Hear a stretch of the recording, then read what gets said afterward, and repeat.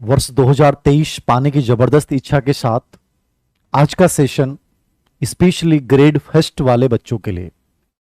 इस वर्ष की सबसे अधिक चर्चित जो वैकेंसी है वो ग्रेड फर्स्ट है। और मैं हमेशा इस चीज के लिए बोलता हूं कि जिस बच्चे ने एमए कर रखा है उसे केवल और केवल इसके ऊपर सोचना चाहिए।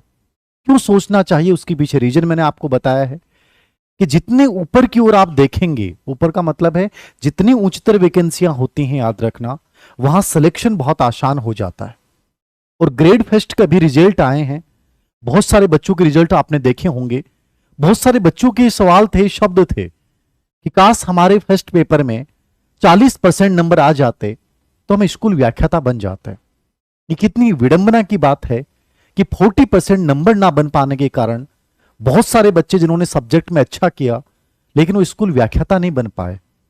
कहने का तात्पर्य यह है कि जब गजेटेड पोस्ट के लिए आप स्ट्रगल कर रहे हैं तो फिर इंतजार क्यों करना। आप में से आज मैं लगभग हर सवाल का जवाब देने का प्रयास करूंगा। इस वीडियो को अंतिम रूप से और पूरा देखना और इस वीडियो को अपने जीवन का और इस प्रिपरेशन का बेस बना लीजिएगा। और उसके बावजूद आपका कुछ नहीं होता है, बेटर नहीं कर पाते हैं, तो मुझसे सवाल कीजिएगा कि सर हमने आपको फॉलो नहीं किया, उसके बावजूद ऐसा क्यों हुआ। यदि आप मुझे फॉलो करें या ना करें, लेकिन याद रखना जो मैं स्ट्रेटेजी बताता हूं, जो मैं बातें आपको बोलता हूं, उनको ईमानदारी के साथ एक्शन मोड में और स्ट्रेंथ के साथ यदि तुम उसको अप्लाई करते हो तो निश्चित रूप से परिणाम जरूर आएगा। 4 से 5 बातें हैं। फर्स्ट पेपर के लिए क्या बेहतर हो सर, सेकंड पेपर के लिए हमें क्या करना चाहिए, उसके लिए अलग अलग वीडियो जाएंगे। लेकिन नॉर्मली 2-3 बातों से मैं शुरुआत करूंगा। पहली चीज, आप किसी भी एग्जाम को क्रैक करना चाहते हैं, grade first, grade second, grade third, RS, IAS, कोई भी आप करना चाहते हैं, सिंपल सा फंडा एक हमेशा याद रखो, एक परीक्षा एक बार। मतलब मुझे ग्रेड फर्स्ट बनना है, सर वैकेंसी आएगी कि नहीं आएगी? मैं कह रहा हूं कि वैकेंसी जरूर आएगी, देरी हो सकती है, लेकिन आचार संहिता लगने से पहले वैकेंसी जरूर निकालेंगे। क्योंकि जब वित्त विभाग में फाइल का जाना यह साबित करता है कि वैकेंसी निकालेंगे। और कभी भी की गई मेहनत व्यर्थ नहीं जाती, याद रखना। आपको लगता है कि सर हमने बहुत मेहनत की है, कुछ नहीं होने वाला, सर हम लाइब्रेरी में जा रहे हैं, कुछ लोग ये कह रहे हैं कि नहीं कुछ नहीं आएगा, तुम लोग यूं ही मेहनत कर रहे हो। कहने दो कहने वालों को, तुम अपने कर्तव्य पथ पे लगे रहो। याद रखना, दुनिया से जितनी बातें बोलोगे, आप मेरी बातें सुन रहे हो, दूसरा ये बोलेगा, तीसरा ये बोलेगा। जैसे मैं कोई किताब बताता हूं, दूसरा कह देगा नहीं ये किताब पढ़ लो, तीसरा कह देगा ये किताब पढ़ लो। हर इंसान अलग अलग बोलेगा, याद रखना। सेम बोल ही नहीं सकता, क्योंकि सेम बोलेगा तो उसे लगेगा कि यार ये तो उन्होंने भी बोली थी, मैं क्यों बोलूं। तो आप याद रखो, सुनो अपने मन की, कहने दो सबको। याद रखना, वैकेंसी जरूर आएंगी, पोस्टें खाली हैं तो भरी जाएंगी, ये तय मान के चलना।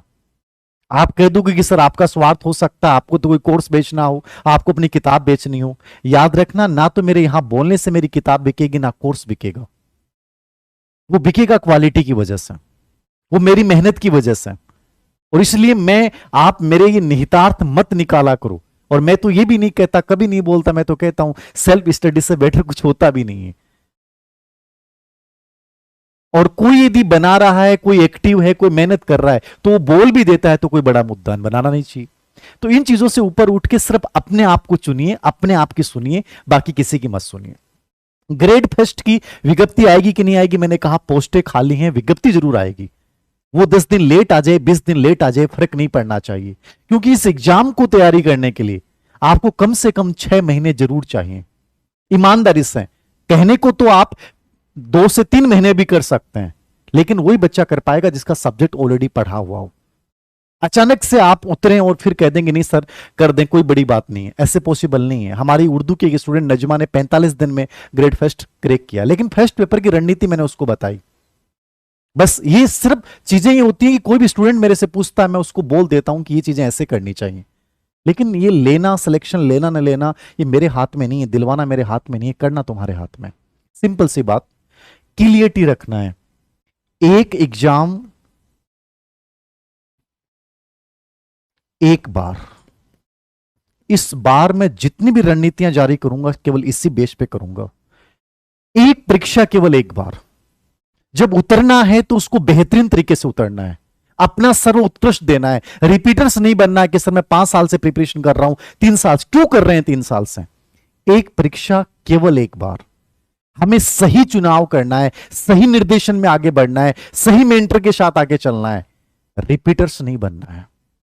कोई ये ना कह दे कि तू फेल हो गया था, उसके बाद दूसरी प्रिपरेशन करूंगा, कॉलेज लेक्चर बनूंगा, आरएस बनूंगा।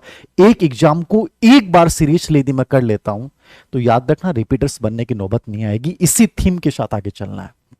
नंबर 2, क्लियर होना चाहिए। क्लियर। कोई पूछता है ग्रेड सेकंड कर लूं, ग्रेड फर्स्ट कर लूं, नहीं। मैंने एमए प्रीवियस कर रखा है, एमए फाइनल ईयर में हूं, 100% मुझे स्कूल लेक्चर के साथ जाना चाहिए। मेरा सब्जेक्ट स्ट्रॉन्ग है, मेरा फर्स्ट पेपर में ये पार्ट है, मैं आराम से कर सकता हूं। अपनी योग्यता, अपनी सेल्फ एफिशिएंसी को सोचते हुए, देखते हुए क्लियरिटी के साथ आगे बढ़ें। लिख डालें कि मुझे ग्रेड फर्स्ट 2024 में होने वाले एग्जाम के लिए अपने आप को मेंटली और फिजिकली तैयार होना है। तो क्लियरिटी, क्लियर गोल रखना है। याद रखना, इसमें कोई कंफ्यूजन नहीं होना चाहिए, कदापि कंफ्यूजन नहीं रखना है। एक बार लिख लिया सर इसी के साथ चलूंगा, फिर चाहे कुछ भी हो जाए। नंबर 2, क्लियर गोल आपने रखा है तो याद रखना क्लियर प्लान भी होना चाहिए। बिना प्लान के कुछ नहीं होता है। सोच लेने से कुछ नहीं होता है, लिख लेने से कुछ नहीं होता है। उसको एग्जीक्यूट करने के लिए, उसको क्रियान्वित करने के लिए आपको स्ट्रेटेजी बनानी पड़ती है, टुकड़ों में बांटना पड़ता है। समझ रहे हैं ना आप सीढ़ियों पे चढ़ रहे हैं, सभी सीढ़ियों को एक साथ नहीं देख सकते और जरूरत भी नहीं करनी चाहिए देखने की। आप जिस सीढ़ी पे पैर रख रहे हैं आपकी नजर उस सीढ़ी पे होनी चाहिए। जिस सीढ़ी पे पैर रख रहे हैं उस सीढ़ी को ढंग से देखिए और धीरे धीरे आगे बढ़िए, आप अंतिम सीढ़ी तक पहुंच जाएंगे। यही जिंदगी का रूल है, यही सिलेक्शन का रूल है, यही किसी एग्जाम को क्रैक करने का रूल है। तो क्लियर प्लान, उस प्लान के अंतर्गत आप सोचिए कि मुझे कैसे क्या करना है, कौन सी बेहतरीन किताबें हो सकती हैं, टुकड़ों में डिवाइड कर लीजिए। मुझे कितने समय में ये चीजें करनी है, कितना समय मेरे पास है, मुझे क्या कोचिंग करनी है कि नहीं करनी है, क्या कोचिंग सर फायदेमंद है कि नहीं है। कोचिंग यदि अच्छे टीचर के निर्देशन में है तो फायदेमंद है, खुद कर सकते हो तो खुद के साथ जाना चाहिए। कोचिंग करनी है तो समय गंवाना नहीं चाहिए, लेकिन आप तभी करें जब आप उसमें कमजोर हैं, आपको समझ में नहीं आता उस पार्ट के लिए करें, बाकी ज्यादा चक्कर में नहीं पड़े। मैंने कहा सेल्फ से बड़ा कुछ भी नहीं है, कहीं भी जाने की भटकने की आवश्यकता नहीं है, बस थोड़ा सा पता होना चाहिए कैसे और क्या करना है। बाकी कोचिंग सिलेक्शन दे ये भ्रम है हमारा और कुछ नहीं है, ठीक है। और तीसरी इंपॉर्टेंट चीज है स्ट्रेंथ, अपनी ताकत के साथ। ताकत का मतलब है अपना पूरा झोंकना है। साधारण कॉन्फिडेंस सामान्य आदमी रखता है, मैं कहता हूं मजबूत कॉन्फिडेंस रखो। साधारण कॉन्फिडेंस की बात नहीं कर रहा मैं मजबूत कॉन्फिडेंस की बात कर रहा हूं। उतरना है तो मजबूती के साथ उतरना है। इन 3 चीजों के साथ आप उतरिए। एक एग्जाम एक बार क्रैक करना है, ग्रेड फर्स्ट के लिए सबसे इंपॉर्टेंट चीज है सिलेबस आपके माइंड में रहना चाहिए, ओल्ड क्वेश्चन पेपर का पैटर्न आपके दिमाग में रहना चाहिए।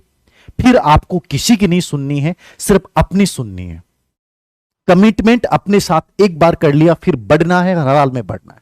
ये तो एक बेसिक बातें हैं जो आपको याद रखनी। अब अपन बात करते हैं, ग्रेड फेस्ट में 2 पार्ट आते हैं, एक पार्ट जीके का है, एक पार्ट आपका सब्जेक्ट का है। देखिए कैसे क्या इसके साथ जाएंगे, आपको देखना है। ग्रेड फेस्ट में हम देखते हैं कि फर्स्ट पेपर में क्या है, जिसको सामान्य जीके बोलते हैं, कुछ भी बोलते हैं आप, ठीक है, लेकिन ये पेपर बहुत इंपॉर्टेंट है। ये इसमें 75 क्वेश्चन, 75 क्वेश्चन आएंगे आपके सामने, 150 नंबर का इंपॉर्टेंट है। नेगेटिव मार्किंग सब में होती है, आरपीएस में पता है। सब्जेक्ट जो आएगा वो 150 क्वेश्चन का आएगा, 300 मार्क्स हैं और इसमें 40 नंबर की साइकोलॉजी है, ठीक है। साइकोलॉजी मतलब पेडागोजी, आईसीटी, इसमें सब आ गया, ठीक है।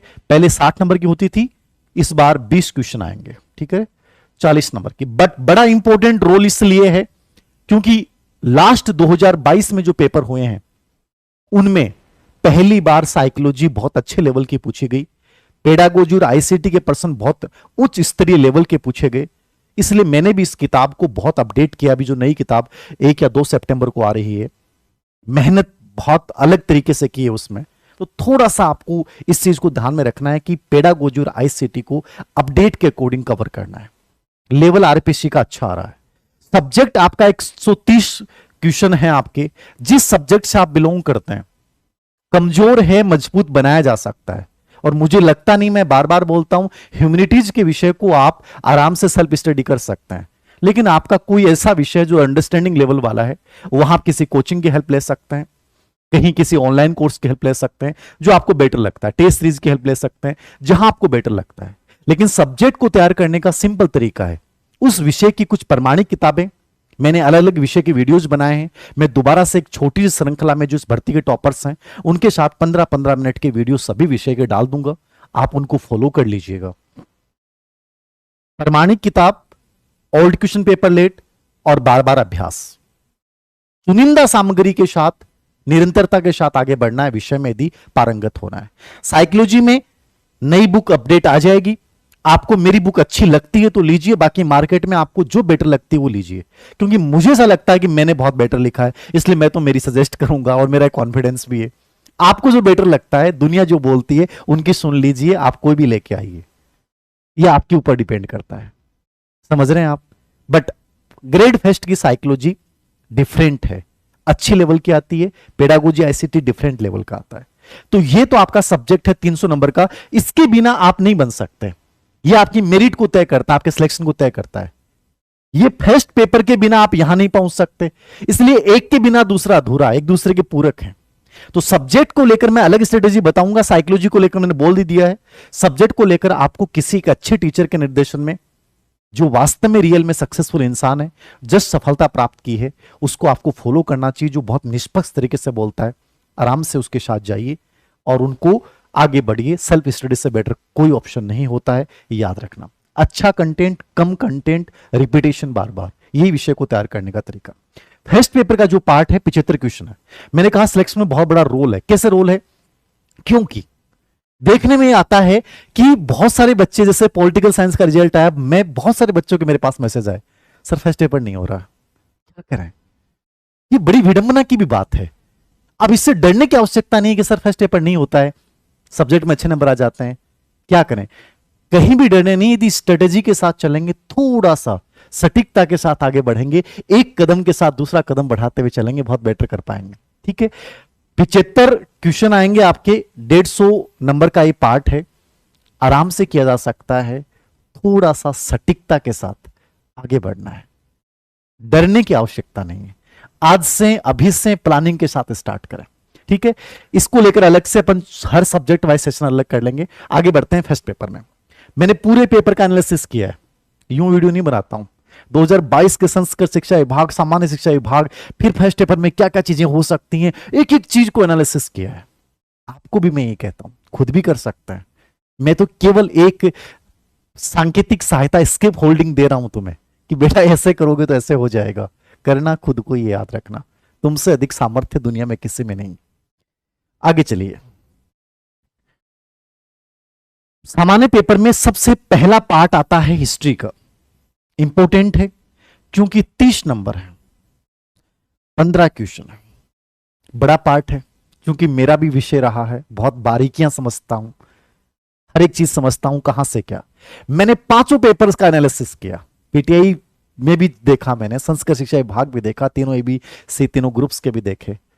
ईमानदारी से बात बोलूं तो मैंने एनालिसिस जो किया वो विशेष बात ये थी कि इसमें जितने भी क्वेश्चन पूछे गए ना, वो ओल्ड पूछे गए। ओल्ड मतलब आपको यदि इंडियन हिस्ट्री का थोड़ा सा नॉलेज है, राजस्थान हिस्ट्री में बहुत कॉमन पर्सन पूछे गए हैं, बहुत कॉमन पर्सन पूछे गए, लेकिन जो पर्सन पूछे गए हैं वो कभी ना कभी किसी न किसी एग्जाम में पूछे गए हैं। कोई बहुत नया पर्सन नहीं बनाया गया, याद रखना। अब आप कह दोगे कि सर केवल ओल्ड क्वेश्चन पेपर पढ़ लें, ये 30 नंबर का पार्ट हमारा सुरक्षित है। साइंस मैथ वाले बच्चों के लिए बड़ी चीज हो सकती है, क्या इसके लिए कोई बेहतरीन किताब हो सकती है? मैं किसी प्रॉपर गाइड का नाम लूं तो मेरे कोई कह देगा हमारी किताब का नाम नहीं लिया, हमारी किताब का नाम लिया, बड़ी प्रॉब्लम है। किसी एक का सपोर्ट कर दो, बड़ी दिक्कत हो जाती है। क्योंकि ये एक ऐसा पार्ट है जिसपे हर किसी ने किताब लिखी है, वो बेहतरीन लिखी है, कोई किताब में कमी नहीं है, हर पब्लिकेशन की गाइड इस पे अच्छी है, क्योंकि सब में सेम मैटर है। मैटर में ज्यादा, हिस्ट्री में तो आप कोई ज्यादा मौलिकता भी नहीं दे सकते कि भैया अलग से कोई कंटेंट दे दिया, वही कंटेंट है जो कहीं आना है, समझ रहे हैं ना आप। कंटेंट वही है, कोई संक्षिप्त में दे देता है, कोई डिटेल में दे देता है, फर्क इतना ही है। अब पेनोरमा आता ही हो तो उसमें डिटेल्ड आ जाता है, कोई उसको शॉर्ट करके डाल देता है, कहानी बराबर है। तो इसमें कोई बहुत बड़ा कोई इश्यू नहीं है। मैं आपको ये कहूंगा कि इसमें इतना कर सकते हैं, ओल्ड क्वेश्चन पेपर देखने चाहिए। आपके लिए केवल इतना कर सकता हूं, इस पे वर्क कर रहा हूं। जितने भी question paper old in topic से रिलेवेंट, उनको अवनी एजुकेशन ऐप पे एक 10 रुपए का 12 रुपए का एक छोटा सा फ्री कोर्स बना के उसमें हम उपलब्ध करवाने का पूरा प्रयास करेंगे, ताकि आपको एक हेल्प हो जाए। किताब पढ़ना चाहते हैं, इंडियन हिस्ट्री वाला पार्ट है, वो आप कोई भी जो तथ्यात्मक बुकलेट है उनसे भी देख सकते हैं, एनसीईआरटी से भी देख सकते हैं। राजस्थान हिस्ट्री का पार्ट आपके पास जो किताब है वहां से पढ़ सकते हो। मैं जब जो बच्चे सिलेक्शन लेते हैं और अच्छे नंबरों से सिलेक्ट होते हैं, मैं उनसे बात करता हूं तो वही कहते हैं कि सर किसी गाइड से ना पढ़ के हमने अलग अलग टॉपिक्स को अलग अलग अच्छी अच्छी किताबों से अपने नोट्स बनाए, उसके बाद पढ़ाए। लगभग बच्चों की मेरे पास यही राय आती है जिनके साथ मैं विश्वास रखता हूं और जो ईमानदारी से अपनी बात बोलते हैं। अब ये आपके ऊपर डिपेंड करता है कि आप उन टॉपिक्स को अपने नोट्स के रूप में तैयार करते हैं या किसी गाइड के साथ जाते हैं। गाइड के साथ जाएंगे तो अभी मार्केट में कोई गाइड नहीं है, क्योंकि अभी लोग इंतजार कर रहे हैं। तो अपडेट के साथ कोई गाइड नहीं है, आ जाएगी मैं बता दूंगा। अलग अलग लोग इस पे कर रहे हैं। एक हमारे मित्र पप्पू सिंह जी हैं, वो भी इस पे एक अच्छी बेहतरीन किताब के लिए उन्होंने बोला है कि सर मैं जल्दी इस पे निकालूंगा। आने के बाद मैं बता पाऊंगा कि रियल में कौन सी किताब किसकी क्या बेटर है। निष्पक्षता के साथ बता दूंगा कि यह किताब बहुत बेहतर है, इसके साथ आपको जाना चाहिए। तब तक आपके पास जो कंटेंट है उसके साथ जाइए।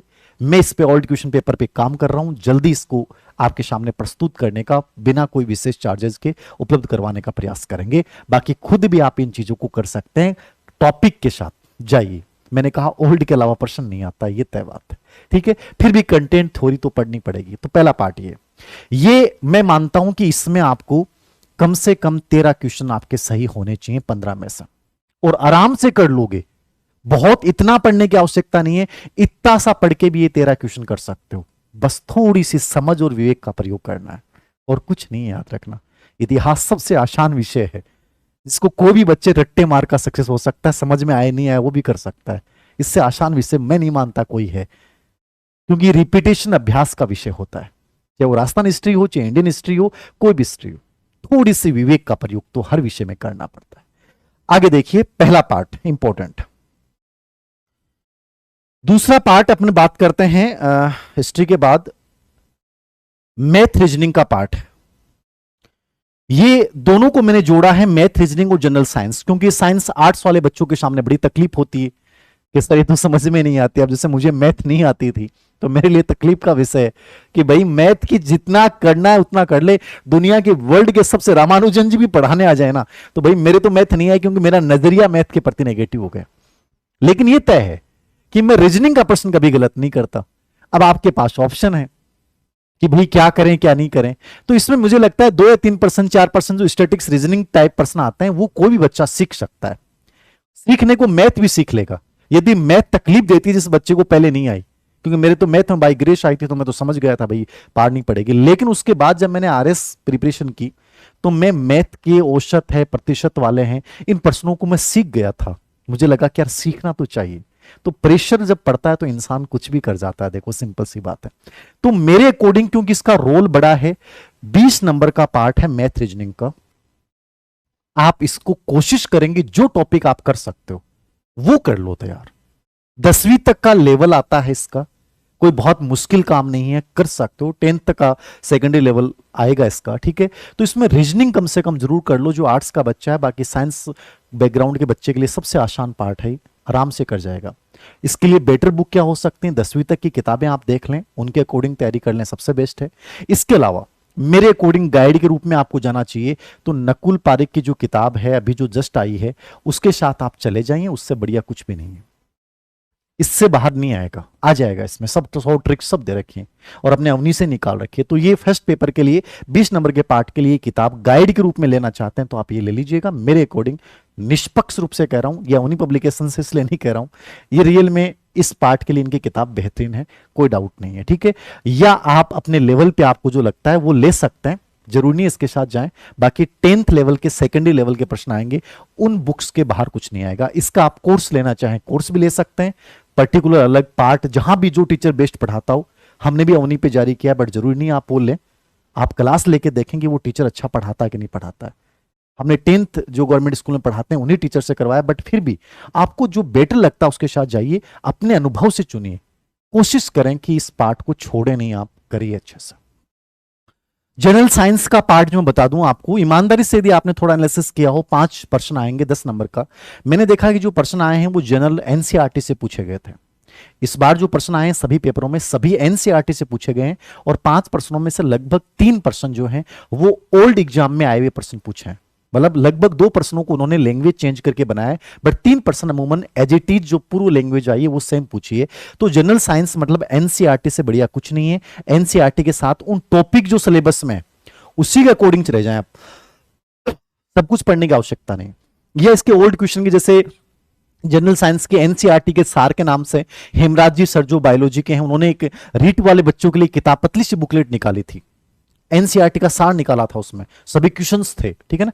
तो ऐसी कोई बुकलेट आपको मिलती है तो हेमराज जी सर की भी शायद बुकलेट आपको मिल जाएगी। हेमराज जी सर उन्हीं से आती है पहले, अभी दोबारा अपडेट चल रहा है शायद, तो देख लेना उसको, अपडेट के साथ आ जाए तो उसको देख लीजिएगा। या और कोई बुकलेट आपको जो ओल्ड क्वेश्चन पेपर हो साइंस के उसके साथ भी जा सकते हैं, बट ये आती है एनसीईआरटी से।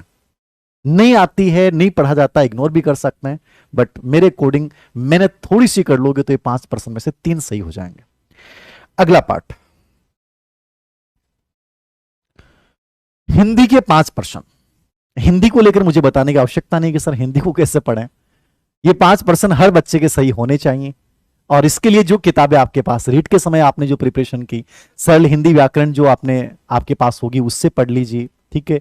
या जो भी गाइड आपके पास राघव प्रकाश मैया सर कोई सी भी हो, एक जो भी है, इसके लिए कोई नई किताब खरीदने की आवश्यकता नहीं है। उन 5 प्रश्न के साथ आप वहां जाइए, या ओल्ड जो प्रश्न आए हैं उनका अभ्यास कर लीजिए, लगभग वहां से रिपीटेशन भी हो जाता है। या कोई भी एक बुकलेट है वो चुन सकते हैं। इंग्लिश के लिए मैंने आपको पहले ही बोला है, आरएस प्रिपरेशन के समय मैंने बीएस रस्तोगी की किताब पढ़ी थी, वो बढ़िया किताब लगी मुझे, लैंग्वेज बहुत अच्छी लगी। वो 5 प्रश्न के लिए आप देख सकते हैं, या इन 5 प्रश्नों के लिए आप कोई जो पर्टिकुलर 5 प्रश्नों का कोर्स करवाए, ठीक है ना, हमने भी जारी कर रखा है, बट फिर भी आपको जो बेटर लगे जिसकी भाषा, उसके साथ जाइए। या किसी के पास व्यक्तिगत ट्यूशन लेके भी आप इन 5 प्रश्नों को सही कर सकते हैं। इंग्लिश हार्ड नहीं आती है स्कूल लेक्चर में, आपको डर भी लगता है तो भी आप कर सकते हो।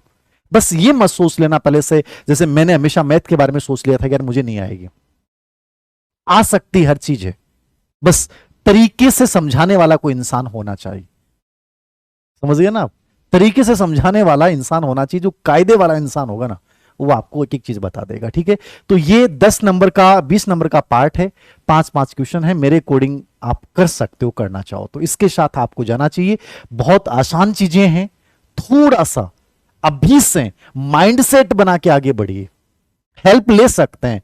आप ये सोच लें कि मैं अकेला नहीं कर पाओगे, थोड़ी हेल्प हमें चाहिए, किसी पर्टिकुलर पार्ट विशेष में किसी की जगह हेल्प ले सकते हो, टीचर की हो सकती है, आपका साथी हो सकता है, कोई ऑनलाइन जो भी चीजें आपको हेल्प मिलती है वहां से लीजिए, ठीक है। तो बीके रस्तोगी मुझे बेस्ट लगी थी, और राघव प्रकाश या मैया सर की कोई भी किताब आप देख लीजिएगा।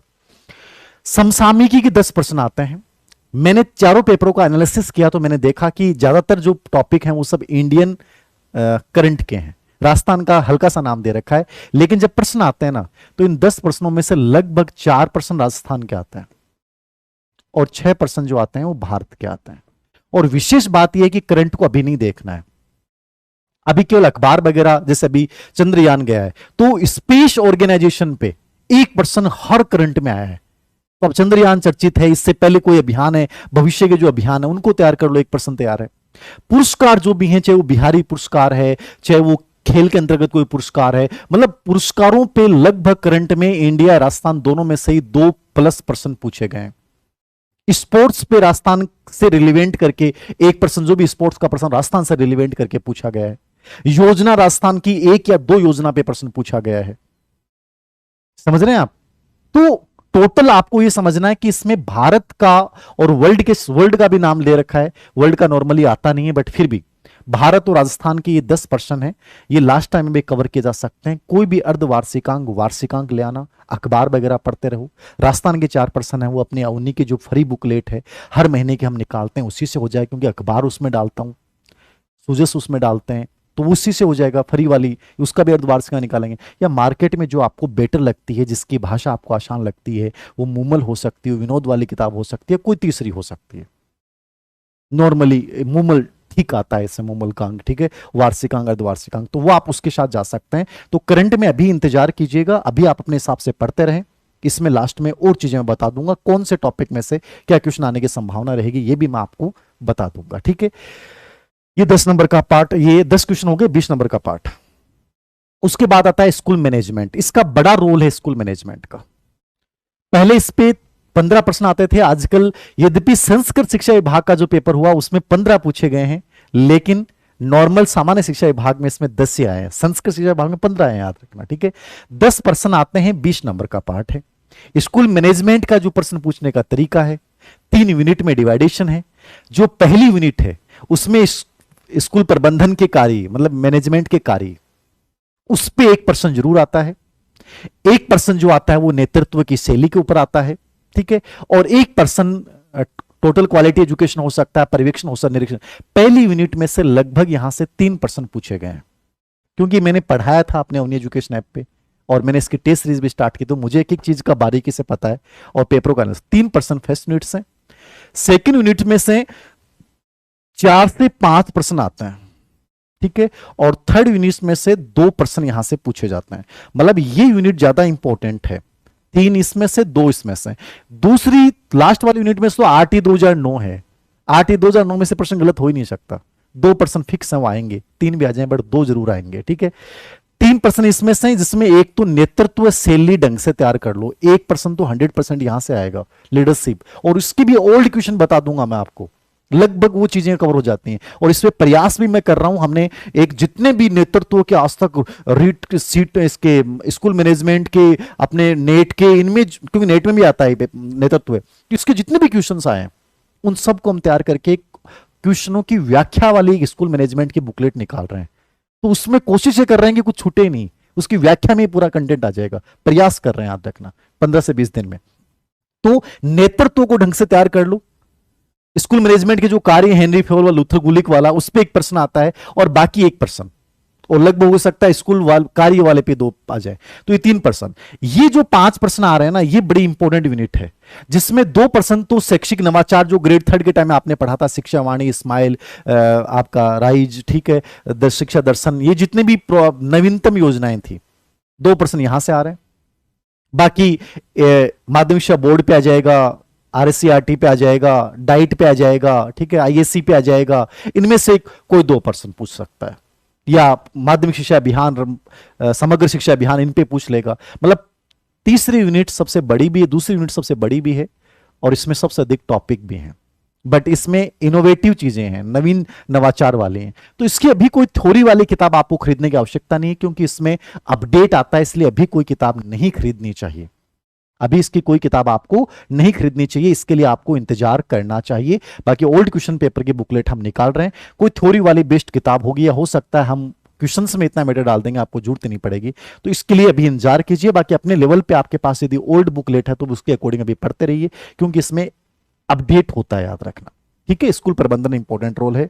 और राज व्यवस्था, फिर राज व्यवस्था, स्पेशली भारत की राज व्यवस्था के 5 प्रश्न आएंगे 10 नंबर के, और इसमें जो टॉपिक हैं वो भारतीय संविधान की विशेषताएं, राष्ट्रपति, प्रधानमंत्री, भारतीय संसद, कार्यपालिका, व्यवस्थापिका, ठीक है, सुप्रीम कोर्ट, चुनाव आयोग और अन्य संवैधानिक संस्थाएं। मुझे लगा कि ये पेपर थोड़ा सा हार्ड आता है राज व्यवस्था, बट मैंने प्रश्न देखे तो अनुच्छेद संबंधी प्रश्न, राष्ट्रपति की शक्तियों संबंधी प्रश्न, चुनाव आयोग, सुप्रीम कोर्ट संबंधी अधिकार संबंधी प्रश्न, मतलब आसान, इतना हार्ड चीजें नहीं पूछी गई हैं। तो इसके लिए आप कोई भी बुकलेट पढ़िए, बट अपडेट के संदर्भ में पढ़ना है। इस पे आप एक किताब मैं सजेस्ट कर सकता हूं, आप जाना चाहें तो जाना, क्योंकि इसमें क्वेश्चंस भी हैं। डॉक्टर प्रदीप बोर्ड जो सर हैं, आईएएस हैं, उनकी किताब है, बहुत अच्छी किताब लिखी है उन्होंने भारतीय राज व्यवस्था पे। तो पतली सी बुकलेट है, क्योंकि लक्ष्मीकांत सबसे बेस्ट बुक मानी जाती है, लेकिन वो आप 5 प्रश्नों के लिए नहीं पढ़ सकते।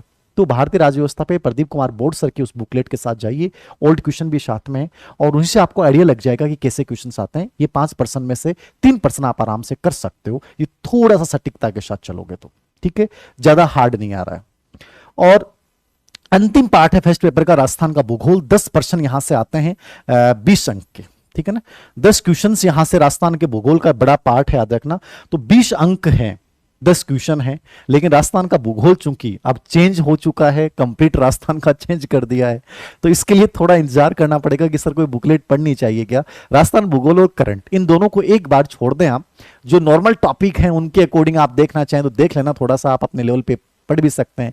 वही खनिज है, ऊर्जा संसाधन, जनगणना पे 2% फिक्स आ रहे हैं, यहां से जनगणना के 2% फिक्स आ रहे हैं, तो जनगणना को आप तैयार कर लेंगे, क्योंकि जनगणना तो अभी होनी नहीं, तो जनगणना के आंकड़े तैयार कर सकते हैं। ठीक है, खनिज मतलब आपने पढ़ सब कुछ रखा है, बस उसको थोड़ा सा अपडेट करना है नवीनतम, क्योंकि ये चेंज हुआ है। तो ये 10 नंबर का प्रश्न का पार्ट है, इसके लिए थोड़ा सा इंतजार कीजिएगा। मैं इसके अकॉर्डिंग जो कोई बेटर बुकलेट मुझे मार्केट में लगेगी, मैं आपको बता दूंगा कि इस किताब के साथ आपको जाना चाहिए। सबसे बड़ी चीज ये है कि ये 150 नंबर का पार्ट था आपका, ठीक है, और इस 150 नंबर के पार्ट के साथ 75 क्वेश्चन है। टारगेट लेके चलेंगे सर, 70% का टारगेट लेके जरूर चलते हैं। ईमानदारी के साथ आपने इन चीजों को फॉलो किया, कर जाओगे। मैंने मेरे हिसाब से बेटर बताने का प्रयास किया, जरूरी नहीं है कि मैं एकदम सही हूं, ठीक है ना, मैं जरूरी नहीं हूं कि एकदम सही हूं, कोई दूसरा मेरे से भी ज्यादा सही हो सकता है। आपको जो बेटर लगे उस चीज के साथ जाइए, बट मेरा एक्सपीरियंस के साथ मैंने कहा कि यदि थोड़ा सा आप सटीकता के साथ इन चीजों के साथ बढ़ेंगे तो निश्चित रूप से बहुत बेहतर करेंगे, ये मैं मानता हूं। सब्जेक्ट के साथ आपको स्पेशली जो जाना है वो जो भी आपका सब्जेक्ट अलग वीडियो में उनको जारी करवा दूंगा, टॉपर के साथ एक ईमानदारी के साथ कि ये बेटर चीजें हो सकती हैं। साइकोलॉजी में आप नई वाली बुकलेट के साथ जा सकते हैं, या और कोई जो किताब आपको अच्छी लगती है उसके साथ जा सकते हैं। बट सबसे बड़ी चीज है सिलेक्शन सेल्फ स्टडी से होता है, सही रणनीति से होता है, सही इन्वायरमेंट से होता है, और निरंतरता के साथ पढ़ने से होता है। क्लियरिटी रखिए हर चीज में, जिसके साथ भी जाना है वहां कंफ्यूजन नहीं रखना है, फिर आप बेहतर कर पाओगे। वैकेंसी कभी भी आई, लेकिन मेरे अकॉर्डिंग गंभीर विद्यार्थी को बिना इंतजार किए इन चीजों के साथ चलना चाहिए, जाना चाहिए। ये मेरी तरफ से एक बेहतर आपको मार्गदर्शन के लिए बताया गया है। इसमें आपको अच्छा लगता है तो फॉलो कीजिए, नहीं लगता है तो छोड़ दीजिए। इसमें और जो चीजें अपडेट होंगी, मुझे लगेगा कि आपको इन चीजों के साथ जाना चाहिए, मैं इसमें अपडेट कर दूंगा, जोड़ दूंगा। जैसे विज्ञापन आता है उसके साथ में एक वीडियो और अपडेट कर दूंगा। तो मेरे अकॉर्डिंग बिना समय गंवाए आप इन चीजों के साथ जाइए। आप सभी को बहुत सारी शुभकामनाएं। जो बच्चे पिछली भर्ती में रह गए थे, मैं चाहता हूं इस बार उन्हें रिपीटर्स नहीं बनना है, और कोशिश ये कर रहा हूं कि इन्वायरमेंट ऐसा बनाइए, अपने आप को स्ट्रॉन्ग ऐसा बनाइए कि ये धब्बा कोई नहीं बोल दे कि यार तू 4 बार का फेलियर है, 2 बार का फेलियर है। मैं चाहता हूं कि इस बार सटीकता के साथ अपना सर्व उत्कृष्ट देते हुए बस सही निर्देशन में आगे बढ़ना है। रिपीटर्स हमें नहीं बनना है, एक एग्जाम एक बार। Thank you very much.